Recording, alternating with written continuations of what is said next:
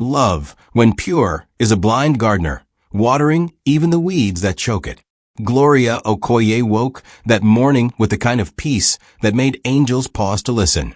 The smell of yam porridge filled the air, the radio hummed soft gospel tunes, and sunlight rested gently on the family portrait above the dining table. Richard, her husband of 7 years, had once called her his crown and calm. He was her answered prayer, or so she thought. But that morning, as she set his breakfast and adjusted his tie, she didn't know the same man she prayed for was using those same lips to call another woman my joy. She smiled as he kissed her forehead, not knowing his lips carried the scent of betrayal wrapped in expensive perfume. Richard had changed. Once a hustler who sold spare parts with grease-stained shirts, he was now the owner of Okoye autos, sleek cars, polished lies, and a mistress named Anita who wore temptation like it was designer silk. Gloria, in her innocence, still ironed his shirts with love, saying, "You know, Richie baby, you'll make heaven tired of blessing you." He chuckled, replying, "Amen, my Gloria." But deep down he was already late for another meeting, the kind held in hotel rooms, not offices. Life was beginning to serve him appetizers before the main meal of karma, but he was too full of pride to notice. When he left for work, Gloria prayed for his journey mercies. Meanwhile, his journey was straight into Anita's waiting arms. The same way Gloria's rice simmered on the stove, Anita's lipstick melted on his neck. The universe smiled faintly, not out of approval, but out of irony. For when a man forgets where he came from, the earth arranges lessons with interest. And Richard's first-class ticket to heartbreak had just been stamped. There's something dangerous about men who think no one can outsmart them. Richard thought he was invisible, a man whose lies wore tuxedos and smiled in the mirror. Anita, on the other hand, was not just a mistress. She was a strategist in high heels. She had the body of sin and the mind of a mathematician. Every compliment Richard threw her way was carefully calculated and taxed. "Baby, you're different," he would whisper, and she would grin, already adding his words to her list of leverage. She was the kind of woman who could turn "I love you" into a down payment. At first, Anita played the role of a damsel, shy, emotional, always needing comfort. "Richard, I've never met a man who listens to me like you do," she said once, while secretly sending voice notes of their conversations to her friend. Gloria, meanwhile, noticed her husband's sudden urge to work late. He returned home smelling like imported guilt, his phone face down, his laughter too loud, his hugs too short. She tried to make jokes. "Richard, did you join Comedians Club?" But his cold eyes killed her humor before it could breathe. Still, Gloria didn't fight. She cooked his favorite dishes, wore his favorite wrapper, and even stayed up waiting to share late-night gist. But love that's one-sided is just charity with a heartbeat. Anita had already begun influencing his decisions, from what car to buy to which employee to fire. The wife he once called his rock was now treated like a doormat. Yet Gloria's heart refused to hate him. Little did she know, even rocks have patience limits, and hers was quietly cracking. Night has a strange way of exposing secrets. That night, while Gloria folded laundry, she heard Richard's phone buzz on the table. Curiosity is a dangerous spice, especially in a wife's heart. The message flashed for only a second. "I miss your touch, baby. Hope she didn't cook that watery soup again." The sender, Anita. Gloria froze, her breath caught between pain and disbelief. For a moment, she laughed quietly, the kind of laughter that sounds like broken glass. "So I am now Soup Critic's wife," she murmured, half smiling, half bleeding inside. She didn't confront him that night. She sat by the window instead, watching the moonlight kiss the curtains while her heart replayed every lie he ever told. The man she once called mine was now community property, and the community was called Anita. She thought of calling her pastor, but what would she say? "My husband's anointed hands are laying blessings in another woman's apartment." Even heaven would sigh. The next morning, she packed his lunch, placed it neatly in his car, and whispered, "Drive safe." Her voice was soft, but her eyes had started learning silence, the kind that prays for either repentance or revenge. Meanwhile, Richard was boasting to his friends. "My wife is too calm to ever suspect me," he laughed. But the same corridor where he bragged carried his echo to a security guard who knew too much. The world has a wicked sense of humor. Secrets are never truly silent. They just wait for the right scandal to speak. Dinner was supposed to heal them. Gloria had made jollof rice so fragrant that even the neighbors peeked through their window. The table was set, candles lit, gospel music low in the background.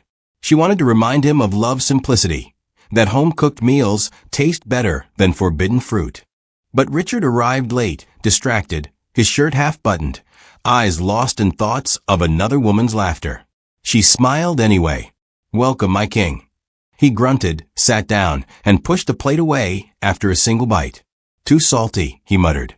Something in Gloria snapped that night, not loudly, but permanently. She smiled and replied, "Maybe your side dish drained your tongue." It slipped out before she could stop it. He looked up, surprised. "What did you say?" She wiped her hands calmly. "I said salt has lost its taste, and so have you." For a brief second, the kitchen air froze. Then he stood up, pretending to be offended, muttering nonsense about disrespect. She didn't stop him when he left. She simply blew out the candle and whispered, "God, I release him.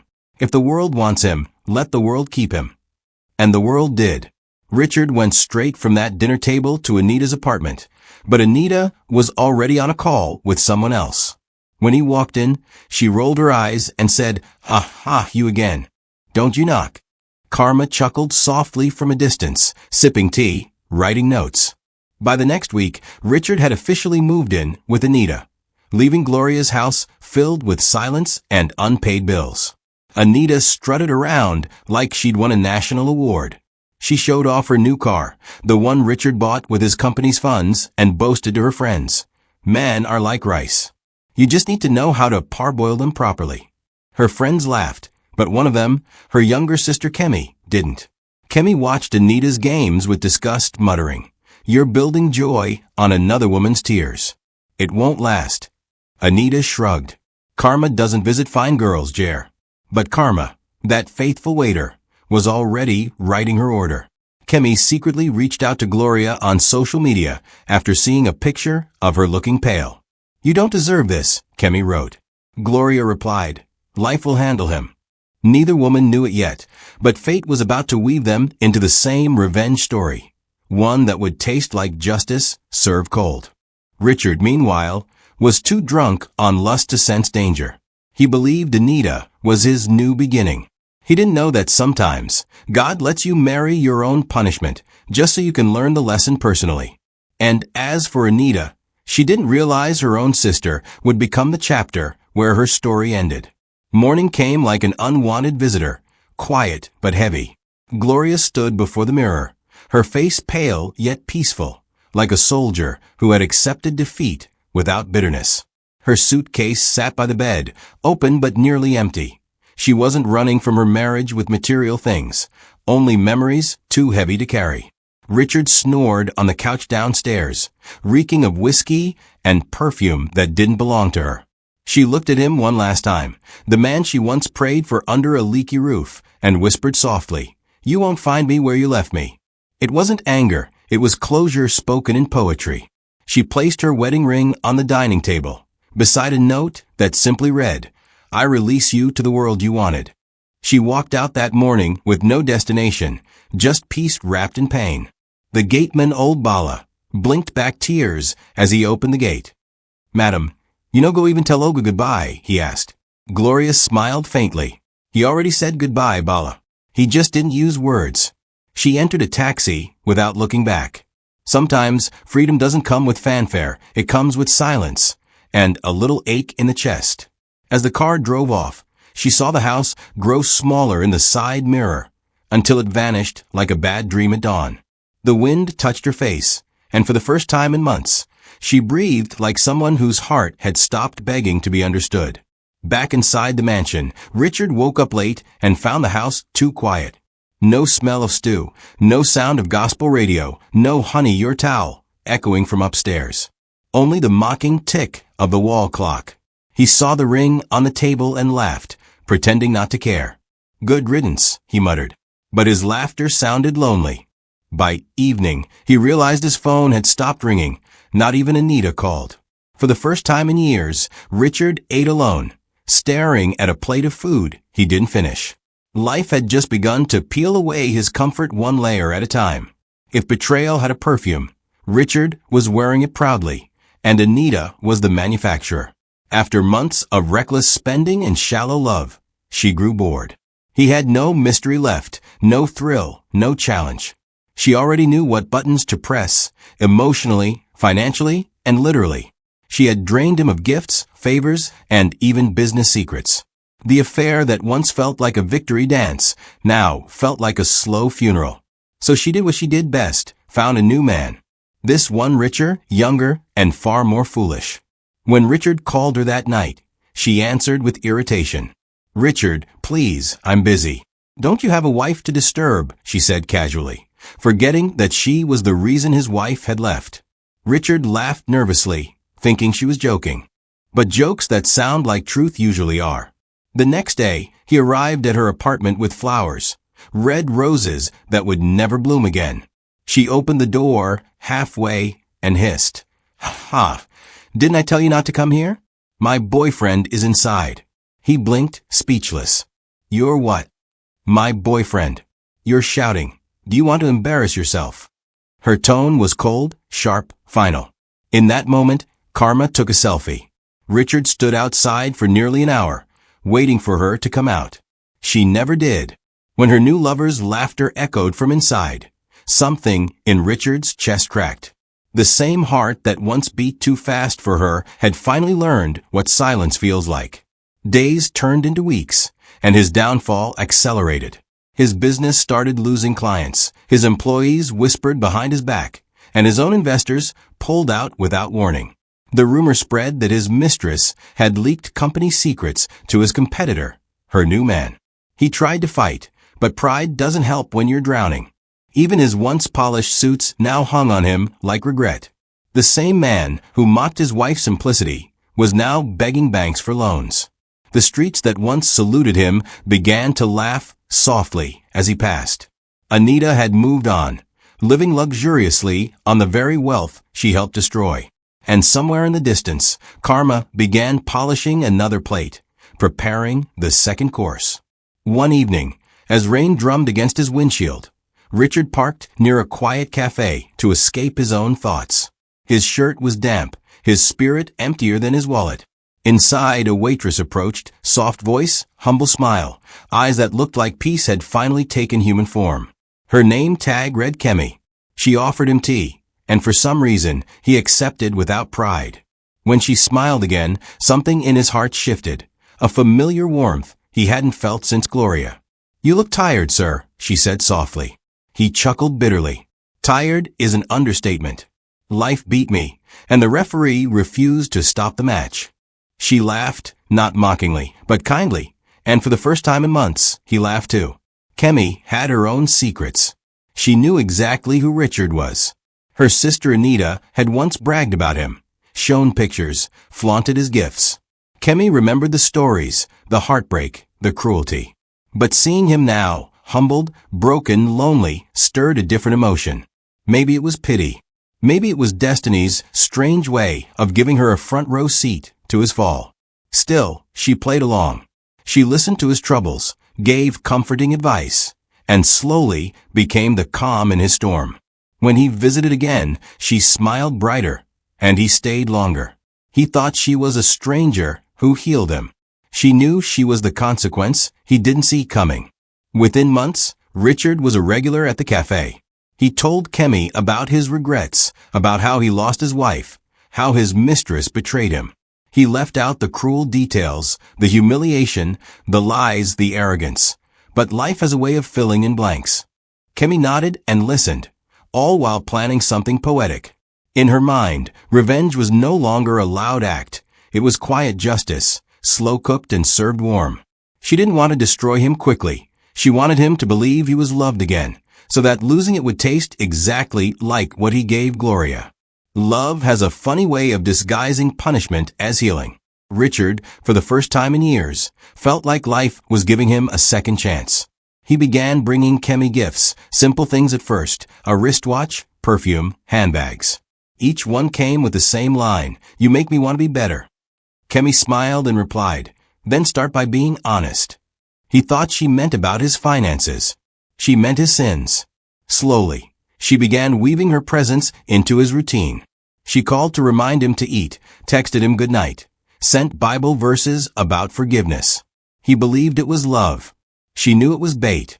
People in the neighborhood began noticing their closeness. Some whispered that Richard had finally found peace. Others said he was cursed to keep chasing women. But what no one knew was that this particular woman was not chasing love. She was chasing balance. Kemi visited Gloria secretly one afternoon, revealing everything. Gloria was stunned. "You're Anita's sister?" Kemi nodded.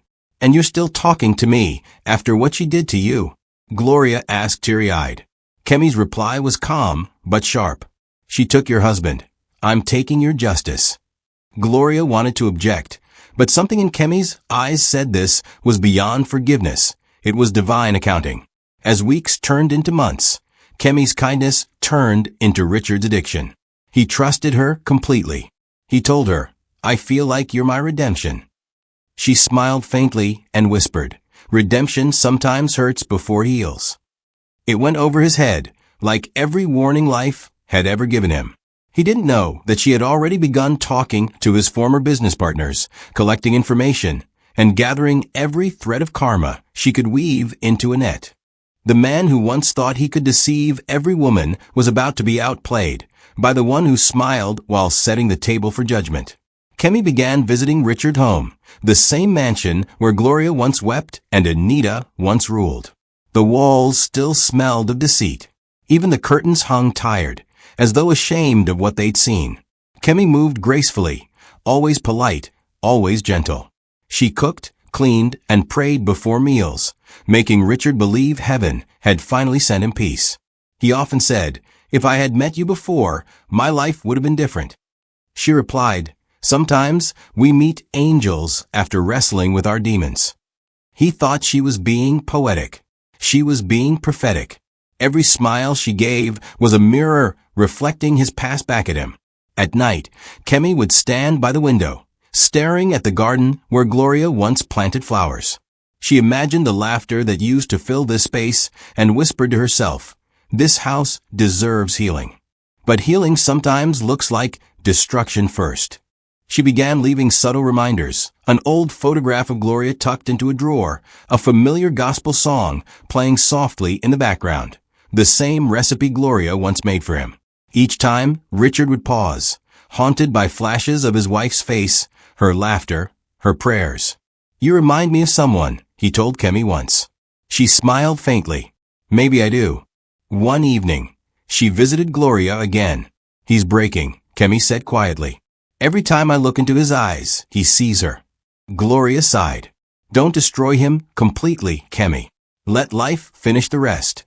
Kemi nodded, but added, "He won't die. He'll live to feel it." That's how karma serves breakfast, hot, slow, and unforgettable. Outside, thunder rolled across the sky, and rain began to fall. Somewhere deep in the mansion, Richard sat by himself, sipping tea that suddenly tasted like memory. The same kitchen that once smelled of betrayal now smelled of something new, reckoning. There comes a time when a man mistakes peace for love, silence for forgiveness, and pity for affection. Richard had entered that season unknowingly. Kemi had become the rhythm of his mornings, the soft voice that woke him up with scripture and smiles. She had mastered the art of appearing harmless, and Richard, too blind from guilt, found comfort in her calm. He told his friends, "This one is different. She's not after money." They laughed, but he didn't care. In her eyes, he saw redemption. In reality, he was only seeing his reflection, tired, desperate, and clinging to the first soul that didn't remind him of failure. Kemi played her role perfectly. She praised his cooking, teased his stubbornness, and even prayed with him, all while gathering receipts of his deceitful past. For her, every prayer was a note in the song of payback. Richard, now convinced he had found grace, started calling her my light. He even began introducing her as his fiancée-in-waiting. But karma does not interrupt the foolish. It lets them build the altar first. He spoke of marriage like a man preparing to right all his wrongs, saying things like, "God has given me a second chance." Kemi smiled faintly. "God gives chances, man gives consequences," she whispered once, half to herself. He laughed, thinking she was joking. Love had blinded him so much that even warnings sounded like compliments. He told her about his dreams to rebuild his empire, to start again, to maybe even reconnect with Gloria and apologize one day. But Kemi's face remained calm. The storm was near, and she didn't need thunder to announce it. He didn't notice that each time he praised Kemi, she looked slightly away, hiding the truth swimming in her eyes. Sometimes she'd excuse herself and stand outside to breathe, torn between compassion and vengeance. She'd tell herself, "He deserves this. He hurt good women and called it love." Then she'd return, smiling, pretending her eyes weren't filled with Gloria's memories. The walls of the mansion had begun to echo again, not with laughter, but with justice rehearsing its lines. Love had become a stage play, and Richard, the lead actor, didn't know he was walking toward the scene of his poetic downfall. The day Richard proposed, heaven must have held its breath. It happened in the same garden where he once promised Gloria forever, under the same bougainvillea tree that had watched his promises rot. This time, he knelt on one knee before Kemi, ring in hand, voice trembling. "You're my peace, Kemi. You're everything I prayed for after the storm." She smiled, not out of joy, but at the irony. The same lips that once vowed eternal love to one woman were now rehearsing new lies to another. She looked down at him, not as a lover, but as fate's assistant, ready to complete an assignment.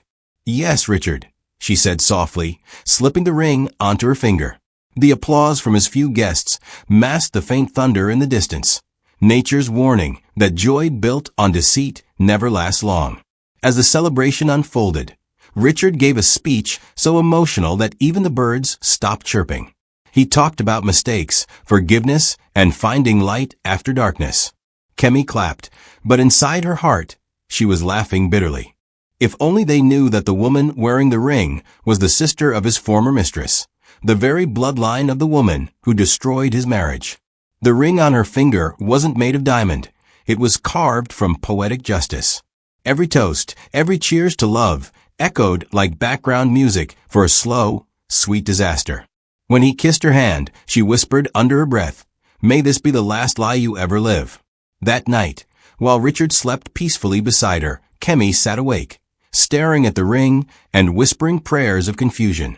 Revenge, she realized, was not always satisfying. It sometimes tasted like sadness reheated. "What am I becoming?" she asked herself. But then she remembered Gloria's tears, Anita's arrogance, and the many nights this man came home smelling of deceit. "No," she said quietly, "I'm not becoming a monster. I'm only delivering karma's mail."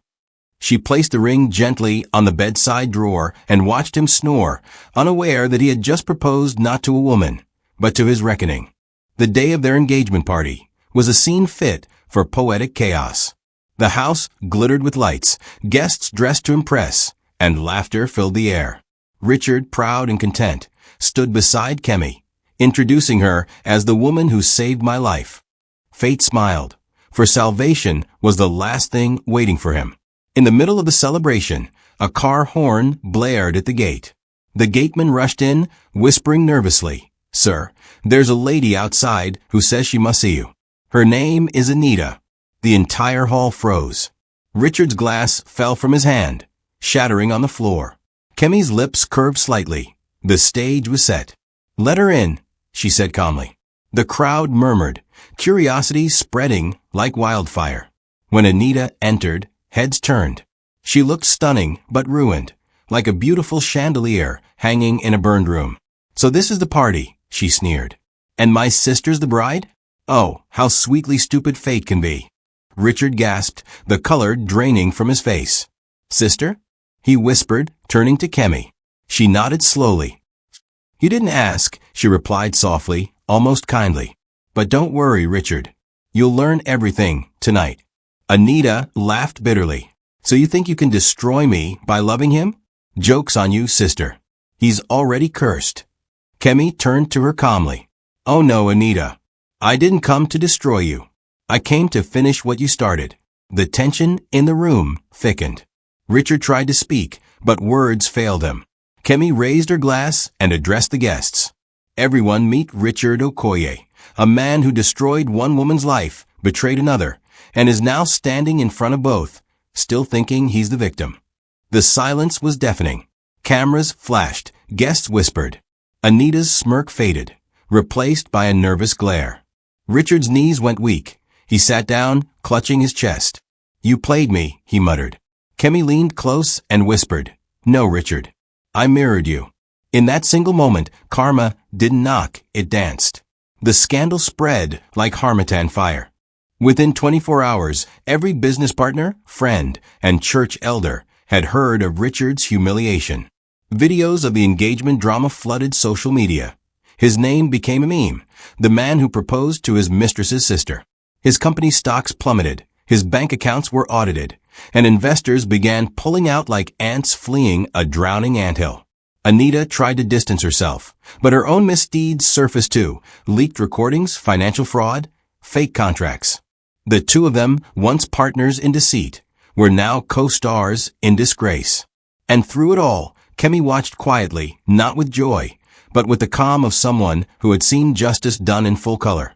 Richard tried calling Gloria, perhaps hoping for sympathy, but her number had changed. He drove to her new apartment one morning, only to find her running a small counseling center for women recovering from heartbreak. She didn't flinch when she saw him. Gloria, he began, his voice trembling. She smiled sadly. You look tired, Richard. I told you once that love without conscience is a curse. He wanted to kneel, to beg, to undo time, but her calmness silenced him. Kemi did this, he asked finally. Gloria sighed. No, Richard. You did this to all of us. Then she turned and walked away, leaving him standing in the rain, watching the woman he destroyed glow with peace he could never buy. Meanwhile, Kemi faced Anita one last time. Her sister was crying, a sight rare as snow in Lagos. You ruined me, Anita screamed. Kemi's voice was steady. No, you ruined yourself. I only turned on the light. She handed her a small envelope, photographs, evidence, and a note that said, Confess, or the world will do it for you. Anita sank to her knees, sobbing. For the first time, Kemi's eyes softened. She whispered, You see, karma doesn't kill, it just makes you watch. Then she walked away, her silk gown swaying like justice, moving gracefully through chaos. That day, karma didn't just serve breakfast, it brought dessert too. By the time the dust settled, Richard was a shadow of his former self. The once confident businessman who drove luxury cars now moved around in taxis, hiding behind sunglasses and shame. His mansion was sold, his accounts frozen, and his so-called friends vanished like smoke. The newspapers had already written his obituary, not of death, but of reputation. He spent his days staring out the window of a small rented apartment, replaying his past like an old movie he wished he could edit. Each memory carried the same lesson, that betrayal may give pleasure, but it never gives peace. He would sometimes laugh to himself bitterly and mutter, Imagine me, the hunter, eaten by my own bait. One afternoon, he saw Kemi on television being interviewed about self-worth and healing. She didn't mention his name, but her words pierced him deeper than bullets. Some men mistake silence for forgiveness, she said, but silence is just karma rehearsing. He switched off the TV and sat quietly, realizing she was right. His downfall had not come from women. It had come from his own pride. Even the walls around him seemed to sigh, tired of his excuses. He wrote a letter to Gloria, apologizing not with flattery, but with regret. You were never my problem, Gloria. I was my own curse. He didn't send it, perhaps because he knew forgiveness was not his to demand. When night fell, he opened a small bottle of cheap whiskey, took a sip, and laughed weakly. Breakfast served. Lunch coming soon, he murmured. Outside, thunder rolled like laughter from the heavens. Inside, the man who once thought he could cheat both love and life sat alone, surrounded by ghosts of his own making. Karma didn't have to visit anymore. It had moved in permanently. And as the rain fell gently, Richard finally whispered the truest words he had ever spoken. I did this to myself. That was the only confession the universe had been waiting for. Life eventually collects what it is owed. Richard woke one dawn gasping for breath, his chest tightening as though the air itself had turned against him. He was rushed to the hospital by a neighbor who barely knew his name. When he opened his eyes, white lights glared above him, and the sound of beeping machines mocked him softly. The doctors said it was liver and kidney complications, the silent aftermath of years of stress, alcohol, and sleepless regret. In his weakness, he found the strength to laugh bitterly. So even my organs are tired of me, he murmured. The nurse on duty didn't understand the humor, but the heavens did. Life had turned his arrogance into medication and his betrayal into painkillers that never worked. Days bled into nights, and the hospital room became his new home.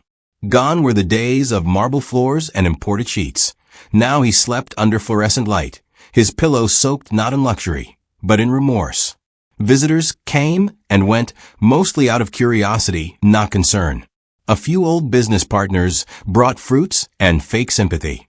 One of them whispered, "You'll be fine, Richie boy. You're a strong man." Richard smiled weakly. "Strength is overrated, my brother. What I need is peace." His laughter echoed down the corridor, hollow but human. Nurses began calling him Uncle Patient Zero because his jokes made them laugh during long shifts. Yet even humor couldn't hide the loneliness that wrapped around his soul each night. His body was fighting to live, but his spirit had already surrendered. It was one quiet evening, during visiting hours, that he saw her, Gloria, standing by the doorway with a small flask of soup. For a moment, he thought he was hallucinating. "Gloria," he whispered, tears stinging his eyes. She walked in slowly, her face calm, radiant in a way he'd never seen. "I heard you're sick," she said softly. He tried to speak, but emotion choked him. "You came." She nodded, setting the flask on the table. "Not because I still love you," she said gently, "but because I no longer hate you." That sentence alone healed more than any drip in his veins. As she adjusted his blanket, he caught her scent, the same one that once filled their home. "You look beautiful," he muttered. She smiled faintly. "Peace looks good on everyone." Then she turned and left, leaving him with a taste of forgiveness he didn't deserve. A week after Gloria's visit, Kemi walked into the hospital, dressed in white, simple, graceful, and unapologetically human. Richard's heart skipped when he saw her. "You came too?" he asked weakly. She smiled. "I came to tell you something." He nodded, expecting anger, but her voice was calm, almost gentle. "When I first met you, I wanted revenge. I wanted to make you feel the pain you caused my sister, the same pain you gave Gloria. But as I watched you fall apart, I realized karma didn't need my help. You were already punishing yourself." She sat beside him, holding his frail hand.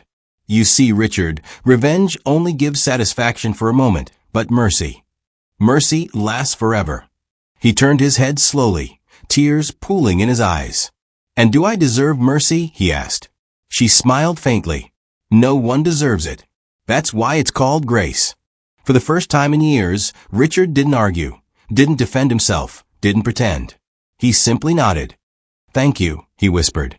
The two of them sat in silence. The same silence that had once destroyed him now felt healing. He looked at her and said, "You remind me of the man I wanted to be." She chuckled softly. Then maybe it's not too late to meet him. But it was. The doctors had already told her privately that his organs were failing. Kemi knew he was living on borrowed time, yet she decided not to tell him. Sometimes, knowing the end only ruins the peace of the present. Before leaving, she placed a small folded note on his bedside. "When you can read this without crying, you'll finally be free," she said. He smiled sadly. "And what if I never stop crying?" Her reply was simple, poetic, and piercing. "Then at least your tears will wash your soul." That night, he opened the note. It read, "You were not born wicked, Richard. You only lost your way trying to prove you didn't need love. But love never stopped following you. It just learned how to love you from a distance." He pressed the paper to his chest and wept quietly, not from guilt this time, but from realization. Every woman he hurt had still chosen to show him mercy in their own way. Even Anita, in her madness, had once cared for him before greed consumed her. He smiled faintly through tears and whispered, "Maybe love wasn't the problem. Maybe I was."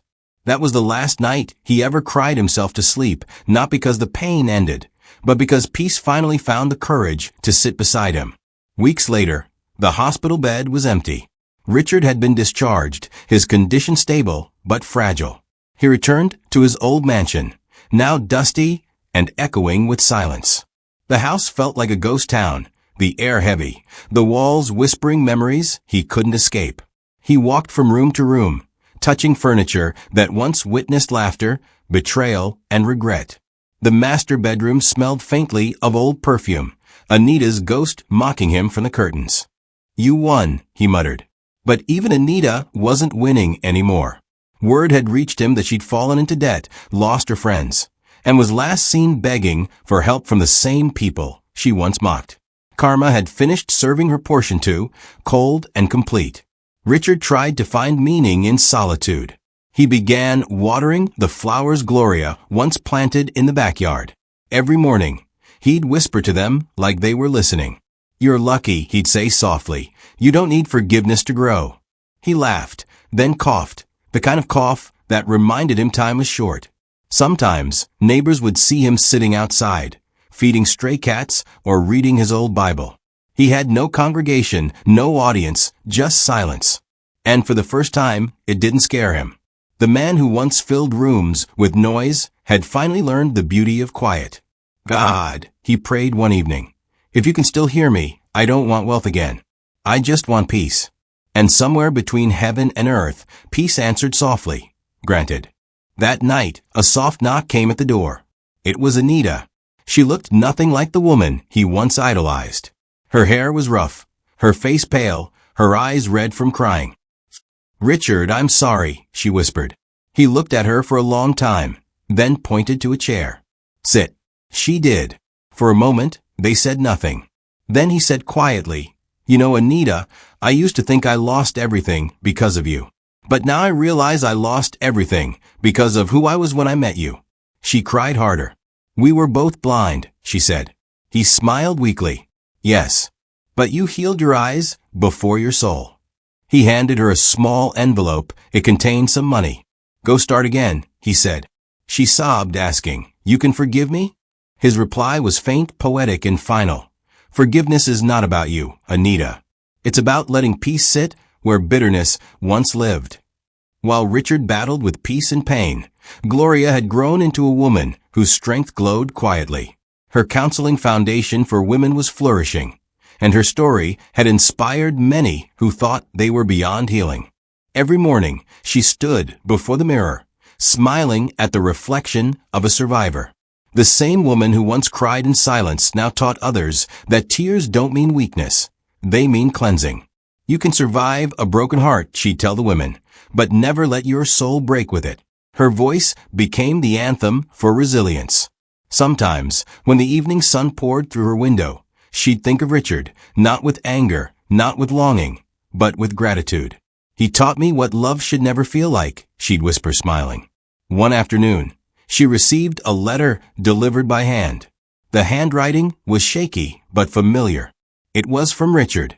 It read, "Gloria, you were the only truth in a life built on lies. I once mocked your prayers, but now I understand every amen you ever whispered for me. I don't deserve your forgiveness, but thank you for giving it anyway. If heaven asks for one reason to spare me, I'll say your name." Tears filled her eyes, not from sorrow, but from closure. She folded the letter neatly and placed it in her Bible. "He finally got it," she murmured. Then she went back to work, attending to another heartbroken woman, this time smiling brighter. Gloria had learned that healing was not about forgetting what broke you. It was about remembering without bleeding. That night, as the moon hung gently over the city, Gloria prayed her final prayer for him. "Lord, if he must leave this world, let him leave with peace. Not the kind that money buys, but the kind that forgiveness brings." She closed her eyes, unaware that miles away, Richard was lying in bed, staring at the same moon, whispering the same word, peace. Two broken souls, once bound by pain, now connected by serenity neither expected to find. The same world that watched them destroy each other was now witnessing grace rebuild them separately. It happened quietly, like a candle burning out after a long night.